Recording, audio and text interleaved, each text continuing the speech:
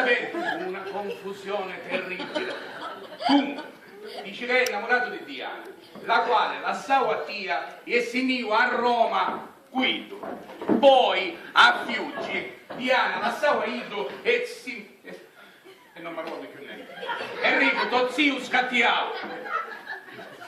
Enrico, ma chi è? Ma ti sente male? Chiama qualcuno, chiama Diana. No. Enrico, c'è da fare scandale. Non l'hai visto lì? Ah, va bene, niente, succede, non ti preoccupare.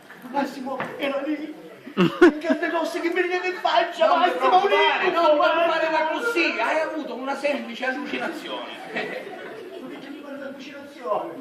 Ti sto dicendo che sono cose che succedono. Per esempio, una volta mi cucina Ernesto, mi contava, tu ruota mi cucina Ernesto, no? Ebbene, mi contavo che ogni notte vedeva il fantasma di suo nonno che a cavallo se la siamo andati a stanza pranzo.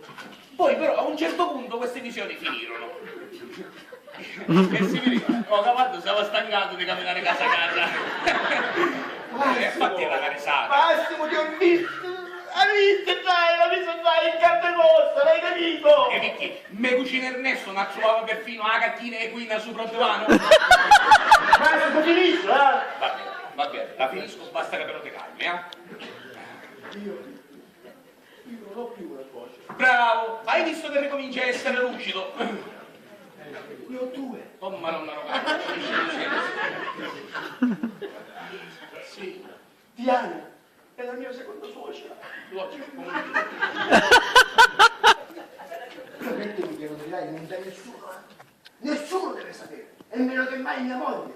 Promettilo! Va bene, prometto, ma poi... Ma qui ce l'ha vista a contare queste cose, tu mi credi.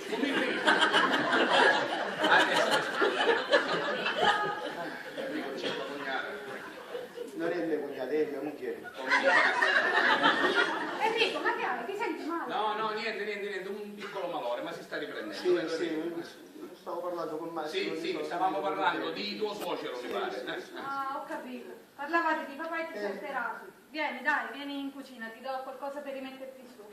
Ci scusi, Massimo. Prego. Gabriele, ce la dobbiamo andare subito da questa casa.